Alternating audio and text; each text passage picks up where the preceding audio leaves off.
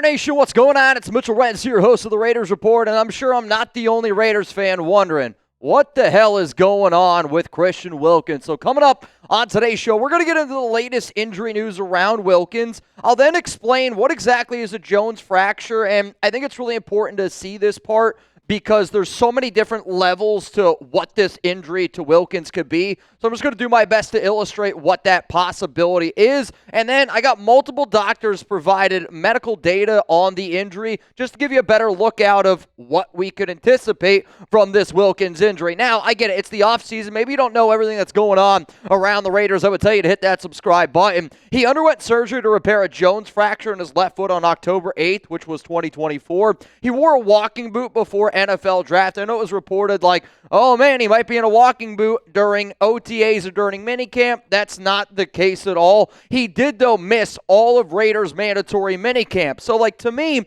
when I'm thinking about the latest going on with Wilkins, I obviously care about what Pete Carroll has to say. And he said back on May 21st that this has been a difficult recovery. And I think every Raiders fan would say, yeah, that's saying it lightly. It's been a really difficult process. He also said that he's not ready to get back out there, and we're in the midst of a long, challenging process. If there's one thing that I've learned from doing some research on a Jones fracture, and if there's one thing that I've gathered from these medical professionals, it's that a Jones fracture can be a very long and challenging process. Now, the hope here for the Raiders is that he's going to be ready by training camp, but we were also hopeful that he'd be ready for OTAs. We were hoping he'd be ready for, mandatory minicamp. At some point, he's got to get out there on the field, but here's one thing that I know. I'm a big believer when you put good energy out in the world, good shit happens. So all I want you to do is this. Take 5 seconds of your day today.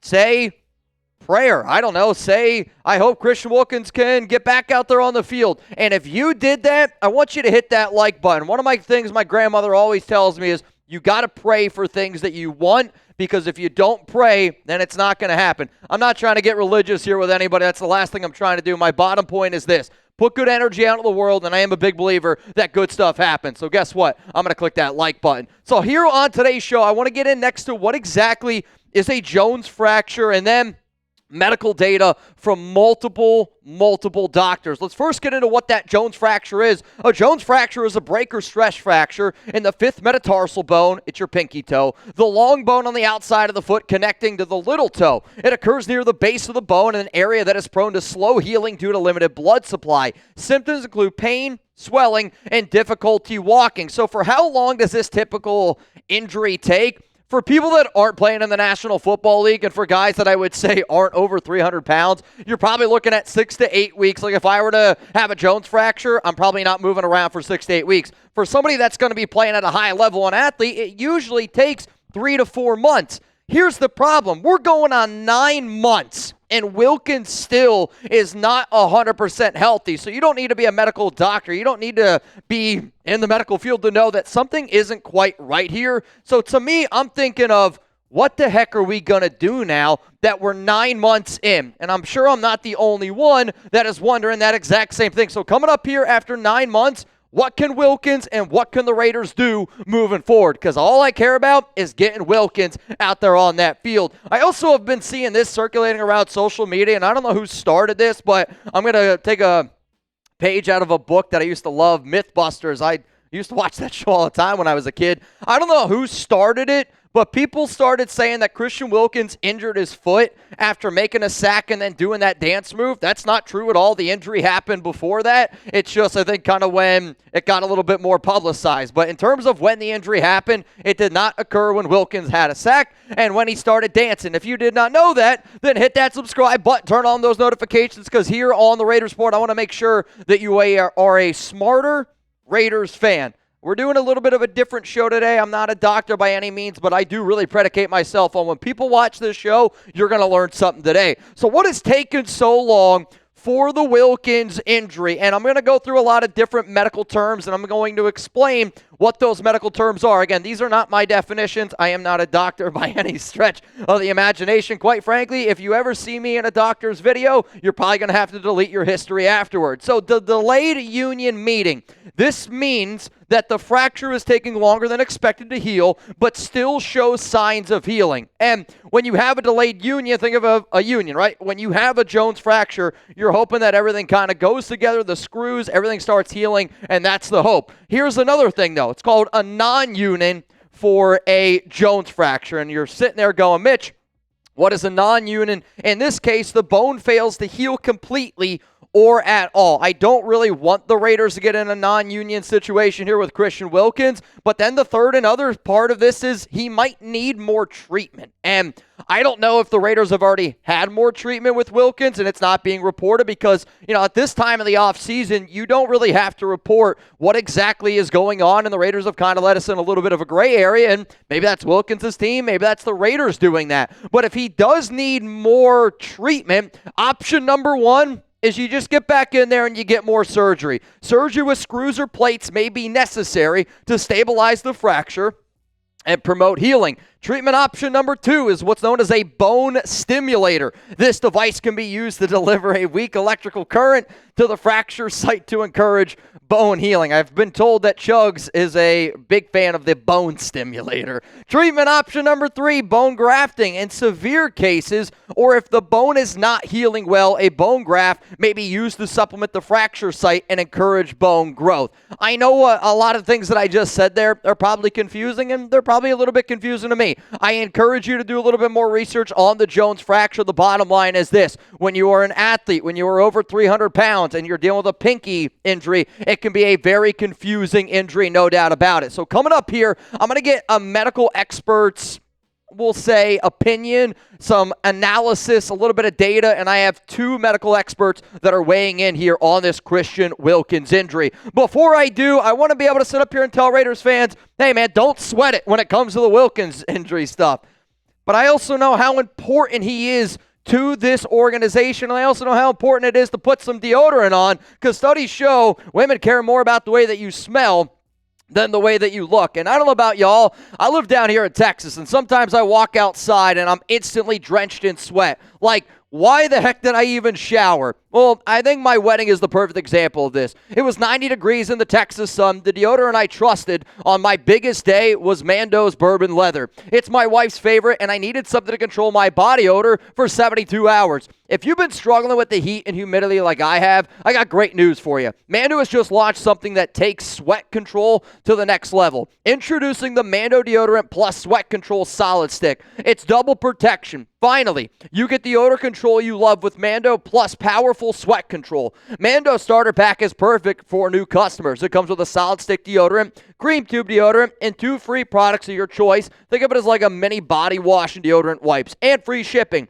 As a special offer for our listeners, new customers get 20% off site-wide with our exclusive code. Use code CHAT at shopmando.com for 20% off site-wide plus free shipping. That's shopmando.com. Please support the Raiders Report. Tell them that we sent you. Mando's got you covered with deodorant plus sweat control. Say goodbye to sweat stains and hello to long-lasting freshness. If there's one thing that's really grinds my gears, it's when I'll do laundry, and I'll be honest, I don't do laundry all that often, but when I do laundry and I go to take a shirt out of the closet and I still see that there's some sweat stains in it, it freaking drives me up a wall. With the Mando, you're not going to have to worry about that.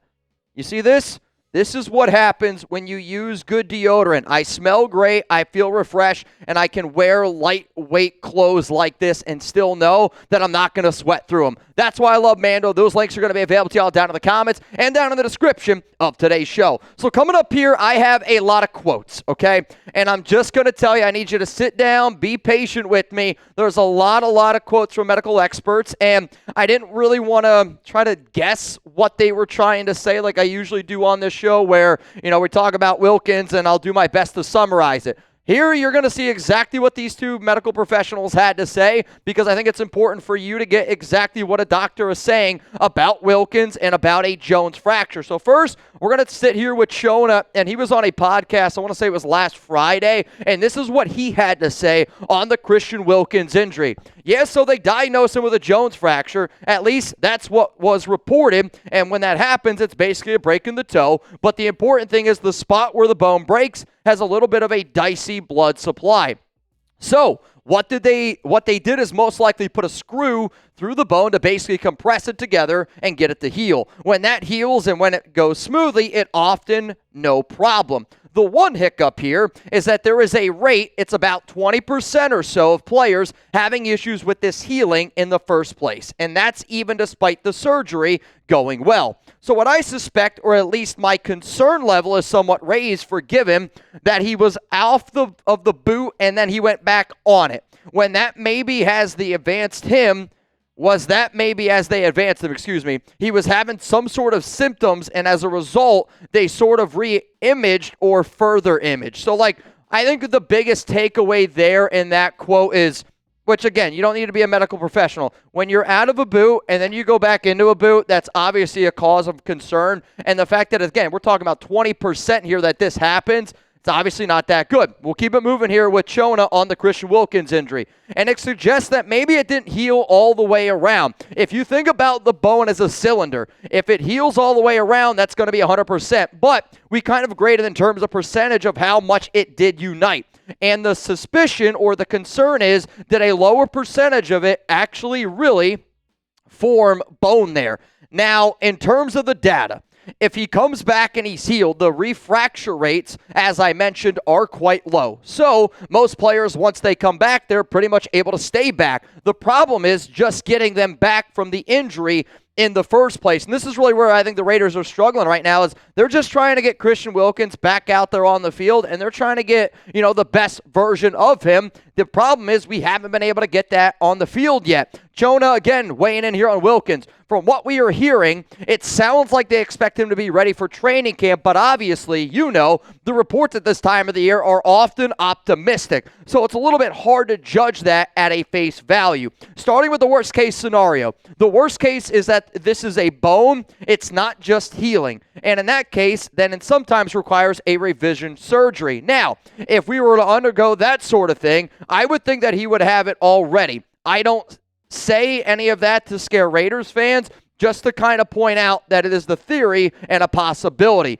Since he is now off of the boot, it suggests that he's trending in the right direction, and therefore I would suspect that he probably continues to do that. You get progressively more healing of the foot off that bone, and his foot can kind of regain some of the strength around it in the muscle, because when you're not sort of training at an NFL level, you do lose some of that. Now, the performance data when it comes back usually actually would be pretty good, especially given the season is there 3 months out. So if he's out there in training camp and kind of doing what we would normally expect for his position, I actually wouldn't really have concern that he would have a lingering performance impact with this. He's had enough time removed from the injury and surgery itself that would think he'd pretty much be ready to go. Now, the last part there is really the big part of what I want people to see, and I know I read through a lot of quotes there, but again, I want you guys to go back, look at it if you need to, because I know I suck at reading, but I really think it's important when a medical professional tells you all those things to look at exactly what he's saying,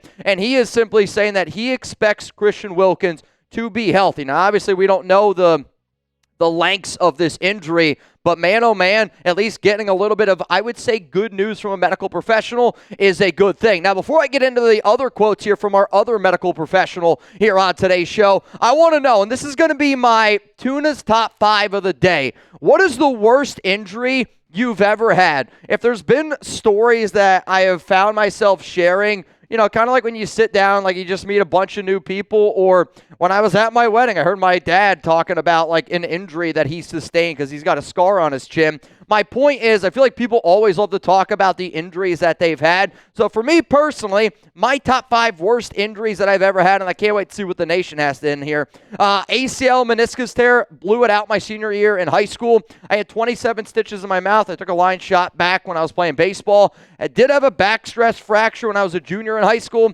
Sprained my ankle right when I got out of college, and then I had an MCL and an LCL tear. I think that was either my sophomore or my junior year in college. I believe it was actually my junior year. I was a flag football ref because I wasn't allowed to play flag football in case of an injury, and yet I got hurt reffing. I know, it's a joke. All right, now the next thing coming up here is going to be the Wilkins injury news, and this is from my guy, Badesha. You guys might know him on Instagram at MedSpired. He's got over 150,000 Instagram followers, and I recently asked him if he could make a video on the Wilkins injury, and he said he doesn't want to make a video until there's more information out, but this is exactly what he DM'd me. Refracture rate post-surgery, you're looking at 17 to 20%. Reoperation rate, 15 to 25%, often due to non-union, screw failure, or persistent pain. Return to play after repeat operation, 4 to 6 months, and the likelihood of returning to previous performance levels drops by roughly 30%. So I think that those numbers there are kind of concerning. So then I asked him on the, what exactly do I think like he'll end up coming back? He said hard to speculate because he either had repeat surgery already or in select cases, they may be taking a non-operative approach with immobilization where it's going to be reevaluated to see if it's healing. Both of those scenarios would have him completely different timeline. So I think why I really wanted to do this show is because we've been kind of put here in a lull period, if you will, for Raiders fans of what exactly is happening with Wilkins. Where exactly are we going from now? If we get any more information on maybe he had another surgery or maybe it's a union, non-union, whatever the heck it is, I hope that people remember this video and they go back to watching it. That way we know exactly kind of where Christian Wilkins is laying down here. So in conclusion, he's dealing with a tricky Jones fracture. Multiple experts are kind of confused on what exactly the injury is. But again, it's because the Raiders haven't put out a lot of information. The Raiders are hoping to get him back by training camp. But the fact that multiple doctors are unsure of the severity of this injury, it's obviously concerning. And it's obviously concerning because he's one of the best defensive players on our team, one of the highest paid players on this team. And the Raiders also took action this offseason that suggests maybe they were preparing for him to lose a little bit of time.